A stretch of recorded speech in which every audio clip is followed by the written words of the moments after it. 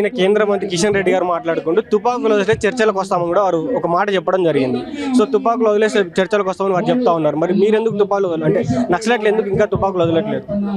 వాళ్ళు మొదటి లేఖ రాసినప్పటి నుండి తుపాకులకు పని పెట్టిండ్రా? ఎక్కడైనా కనిపించిందా? కనిపించలేదు.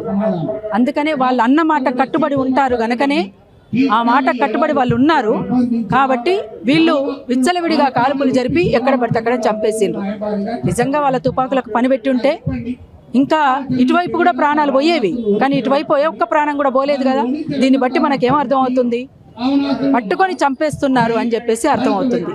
అందుకని ఇది సరైంది కాదు, అబద్ధాలు ఆడడం సరైంది కాదు, ఇంకా హింసను కొనసాగించడం సరైంది కాదు, ప్రభుత్వాలు చేయాల్సినటువంటి పని కాదు ఇది. అందుకని ప్రజలను రక్షించుకోవాల్సినటువంటి బాధ్యత ప్రభుత్వాలది.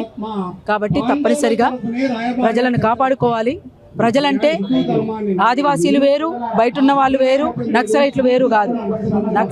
నక్సలిజం పుట్టిందే ఈ సమస్యల పరిష్కారం కోసం. కాబట్టి ఈ సమస్యలే లేకపోతే నక్సలిజమే ఉండదు కదా. మరి ఆ సమస్యల పరిష్కారానికి ఎందుకు పూనుకోరు మీరు? అదే కోరుతున్నారు ప్రజలంతా కూడా. దానికి విజ్ఞప్తి చేస్తా ఉన్నాం ప్రభుత్వానికి. ఇప్పటికైనా మించిపోయింది ఏం లేదు. వెంటనే శాంతి చర్చలు జరపాలని, వాళ్ళు ఏం కోరుకుంటున్నారో అవకాశం ఇవ్వమని తెలియజేస్తా ఉన్నాం.